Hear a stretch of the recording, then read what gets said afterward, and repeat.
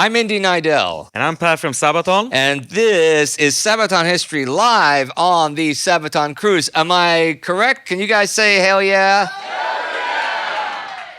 And yeah, I know. And now we're going to talk about our favorite color. Wait, Sabaton's favorite color? What is Sabaton's favorite color? Yeah. All warfare is based on deception.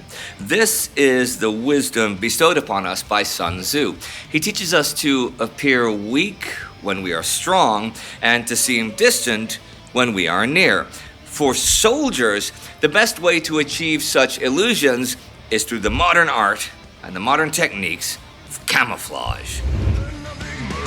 With a pair of friendly eyes appeared there at my shoulder and said, wait. Charlie wants a tangle, now we'll have two to go. I said, well, thanks a lot. I told him my name and asked him this. And his name, the voice just called Camouflage. Nature. Well, it's all about predators and prey, about hunters and hunted, right? Survival may depend on who can conceal themselves from the watchful eyes of others, those that can blend in with their environments, disguise themselves as something else, or even hide in plain sight, are those that conquer the awareness of their enemies, of those who will do them harm. Our hunter and gatherer ancestors surely, I imagine, internalized such natural wisdom, but most of it seems to have vanished as warfare progressed through the ages. Like in Europe, during antiquity and the Middle Ages and even beyond, hoplites, legionnaires, and knights wore brightly colored cloaks and tunics. Helmets were decorated with large plumes, and shields were painted with color-coded heraldry. I mean, look at the winged hussars, right? Yeah. You can't mention the winged hussars without a little audience. This is a trick for you in the future. If you ever need audience response, bring in the winged hussars when they arrive. When they arrive. Everything was designed to be easily identified from afar, to be actively observed and recognized for what it is. Naturally, there were acts of deception, there were ambushes and things like that, but to disguise oneself on the battlefield, that was unheard of. And the same went for the Napoleonic era, where units marched in tight line formations and they fired volleys at each other from uncomfortably close range.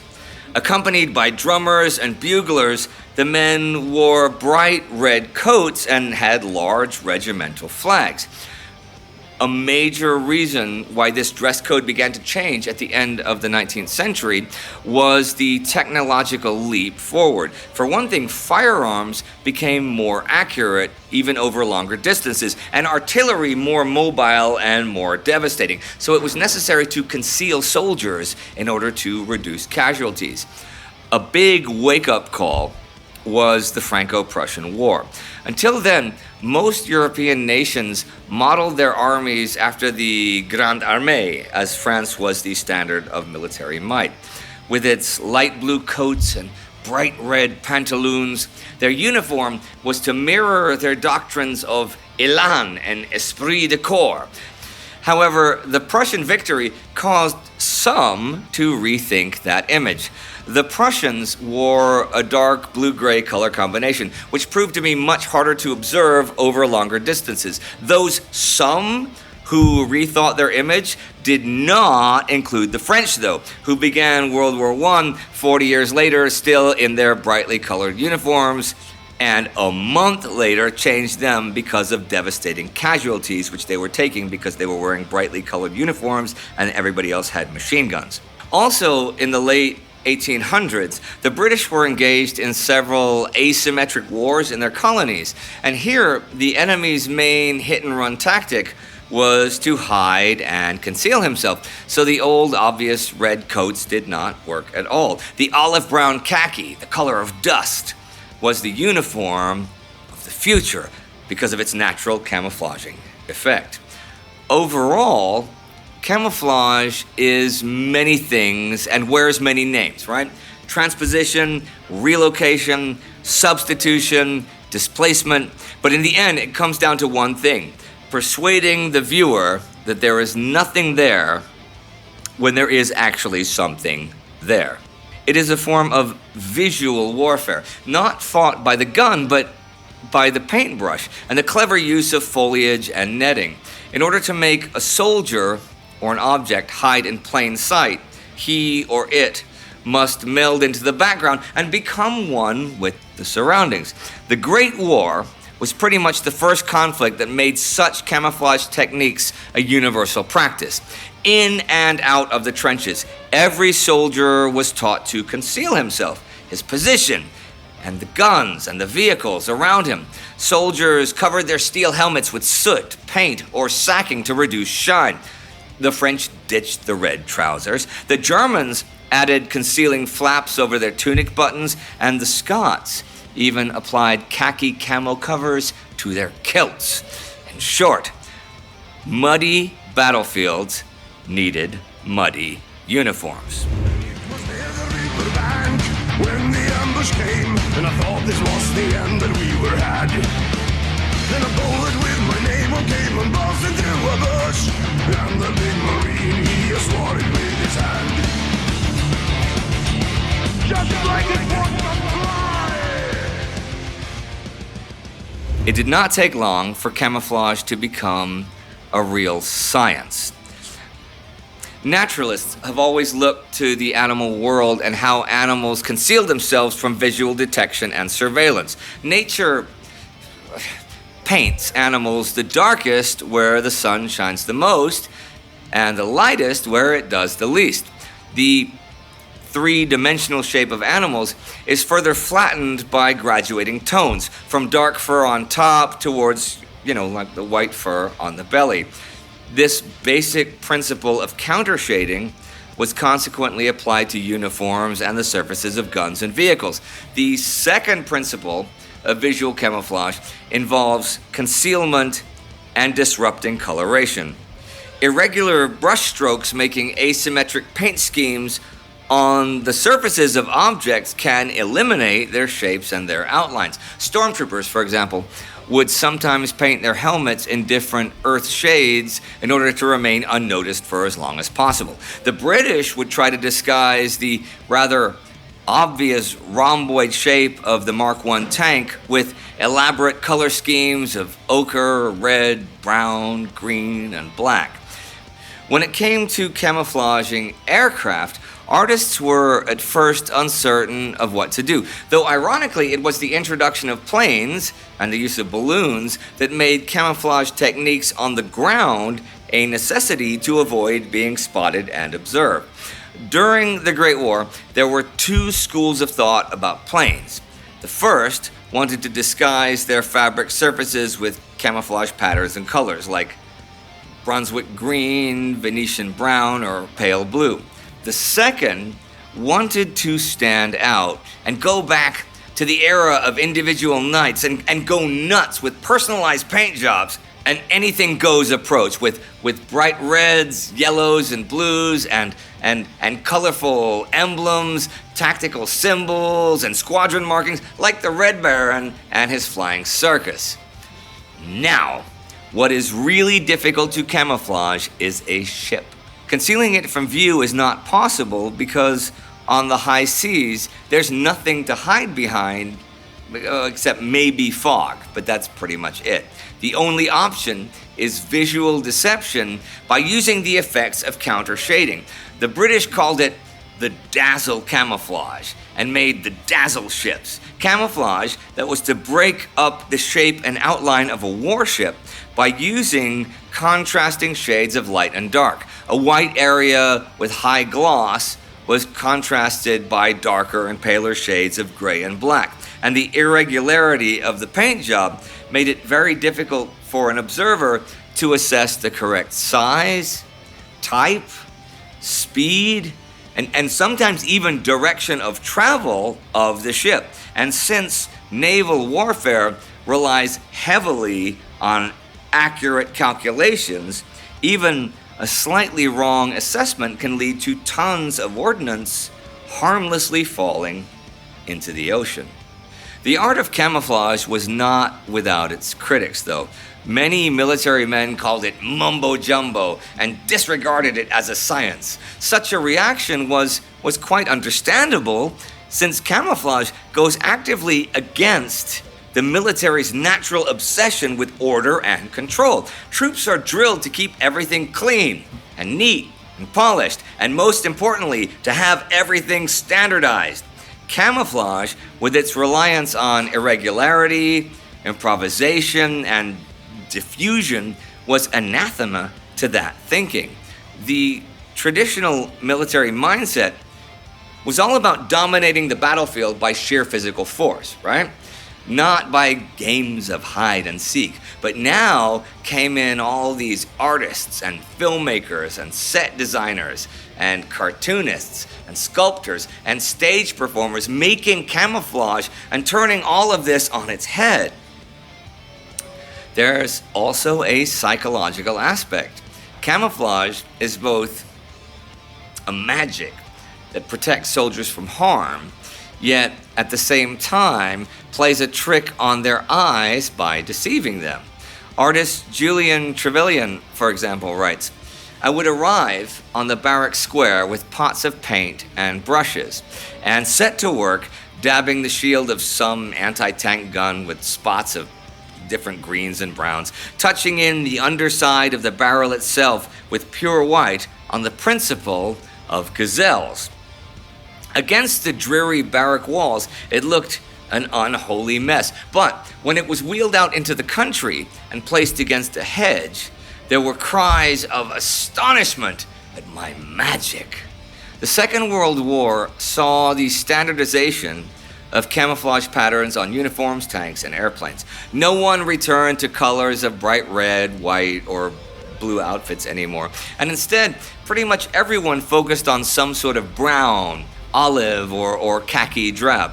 Of course, there were variations like white garments for winter or sandy beige one for deserts. The Axis focused even more on different kinds of camo patterns and the science behind camouflage, like the early Italian telo mimetico or the German splitter tarn. Now, I made a video about them on my World War II channel, actually, which you can all go and check out. By the war's end, you had pretty much what you'd call modern camo uniforms, with sets of leaves, dots, and stripes painted in different kinds of color schemes and patterns depending on the theater of war. Yet, the art of camouflage didn't stop with 1945, but got even more refined from the conflicts of the Cold War until today, like the tiger stripes of the Vietnam War, the chocolate chip cookie desert camo of the Gulf War, or the German Flecktarn, which influenced many modern designs. Whoa, camouflage, things are never quite the way they seem. Whoa, camouflage, I was awfully glad to see this big Marine. Now, what brought us here to the topic of camouflage was Sabaton's cover of the Western ballad of the same name by Stan Ridgway, a bonus track on The Last Stand. The song is about a young private first class of the U.S. Marine Corps during the Vietnam War in 1965. While on combat patrol against the Viet Cong, the soldier suddenly finds himself alone with his weapon jammed. As he hears the enemy move in on him, he awaits his date with destiny. Then, suddenly, a big Marine with a pair of friendly eyes appears out of nowhere. Our guy asks for his name, and he says, "Just call me Camouflage." Fighting side by side all night, the PFC wonders how the bullets seem to miss Camouflage every time. And he even seems to swat them away with his hand. The next morning, they both take their chances and they run for it. And our hero makes it back to camp, only to find out that Camouflage was dead, his body was in the medical tent, and it had been there since last night. Can you do that even louder just for effect? I know. And here's the thing about Camouflage. His last wish before dying was to save a young Marine caught in a barrage. Now this song is as much a song about war and a song about as it is a song about ghosts, but it is also a song about the game of hide and seek, of suddenly appearing and disappearing without being sure that something or someone was ever actually there in the first place. The art and techniques of camouflage are omnipresent in today's military. In fact, they've gone a step further by trying to conceal the soldiers' thermal signatures. Digital camo patterns and pixelated multi-terrain patterns are pretty much becoming standard by now. Vehicles and planes try to become blank by not only masking their thermal emissions, but also their sound using acoustic masking materials. The shapes of tanks and bombers, they're stretched and smoothed to make them undetectable by radar. More and more, the idea of camouflage being a sort of magical cloak of invisibility is becoming a reality. And one legacy of camouflage is clear to see in everyday life. It has become fashion, and you see it all the time. In fact, I know these 5 guys who wear it like all the time in public. It's totally their thing. Camouflage. But before he went, he said Semper Fi and said if only wish was to save a young Marine caught in a mirage. So here, take his contact on. I know he wants you to have it now. Whoa, camouflage. Things are never quite the way they seem. Whoa, camouflage. I was awfully glad to see this big Marine. Okay, camouflage is your favorite color. Of course. And we've just heard a lot about camouflage. And as several people have pointed out, we have a lot more to tell about camouflage. So we need a second episode about this. Yeah. I could imagine there has been a couple of them around. Well, can you tell me about Sabaton, or tell them about Sabaton's relationship to camouflage, just in general? I mean, so this starts with when Sabaton actually got our, let's say, current stage outfits, which was for the music video recording of Atero Dominatus in 2006. And like current stage outfits. Yeah, current. we are not so fast in adapting or changing things. We're kind of slow moving in that. And the good thing is that we aren't really out of fashion. We were out of fashion a long time ago, and we haven't changed that. But the fact is, you know, why they look like they do, and the colors. We tried around a little bit with various, like, okay, are we like wearing the M90 of the Swedish Army or something like that? You know why we're not? No, I do not know why. Okay, so if you do wear M90, the Swedish camouflage, for anybody who doesn't know that, if you do try to wear that on a stage with all various color configurations, it's going to look absolutely horrible depending on which lights you are shining on it. Because red, yellow, green, blue. And it's going to take out some colors, and it's not going to look good.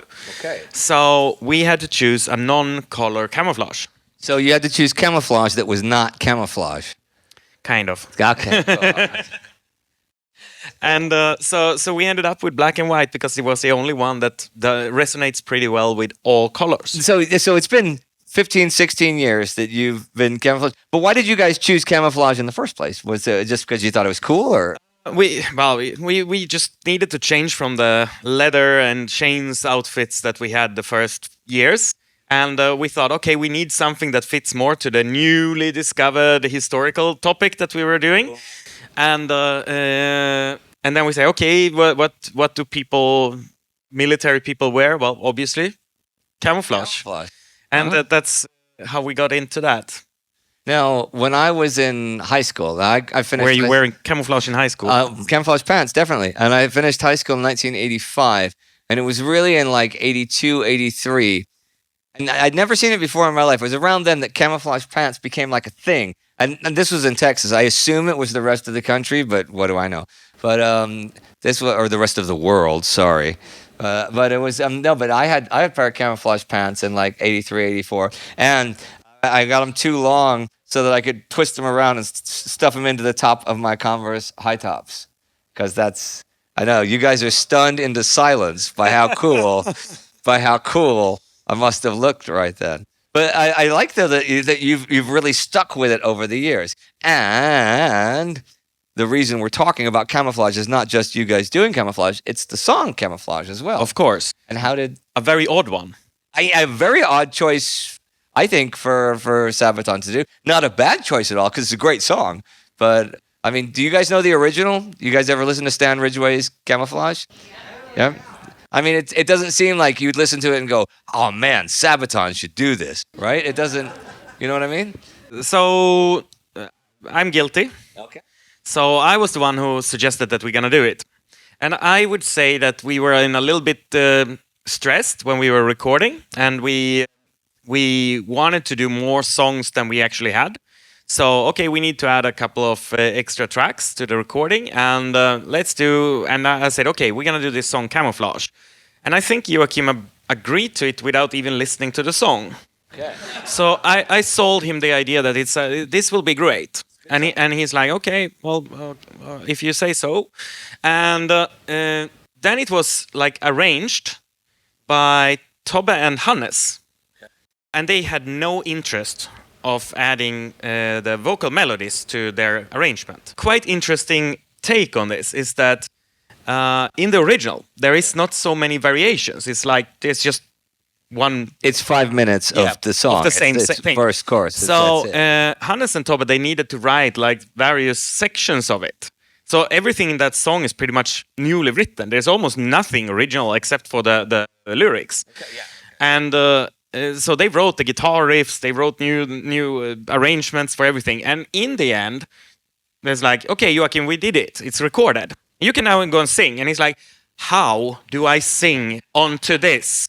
Where are the melodies? Wall of sound. It's Phil Spector, Yeah. Wall of Metal. And it's like, then it's Tobbe like, I did my part. Now you do your part as a singer. And it's like, but there is, how do I possibly sing? So if you listen to it, he had to improvise a little bit in the melody there, quite a lot. But I think he did a great job by not having a clue what he's gonna do with it. But I'm gonna have to listen to it with a different ear now that I've heard that. Is there anything else we have to say about Camouflage? Well, we also have the Camouflage magazine. Oh yeah, of course. For a couple of years, we've been releasing our own magazine, Camouflage, and every issue has like a Easter egg, if you would like to call it that.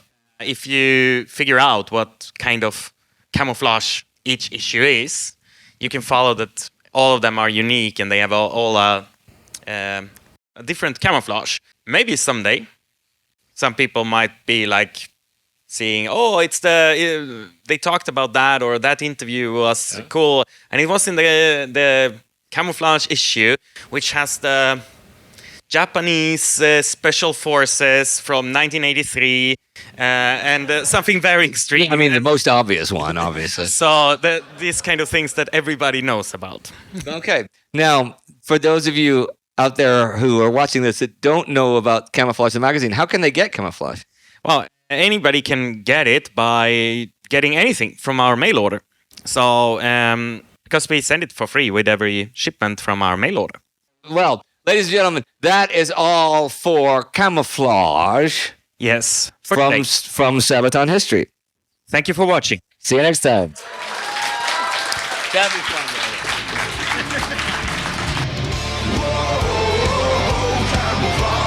things are never quite the way they seem.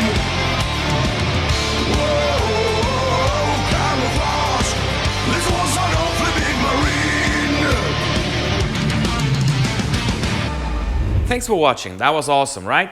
So please subscribe to our channel and click that little bell so you get notifications the next time we release another episode of Sabaton History Channel.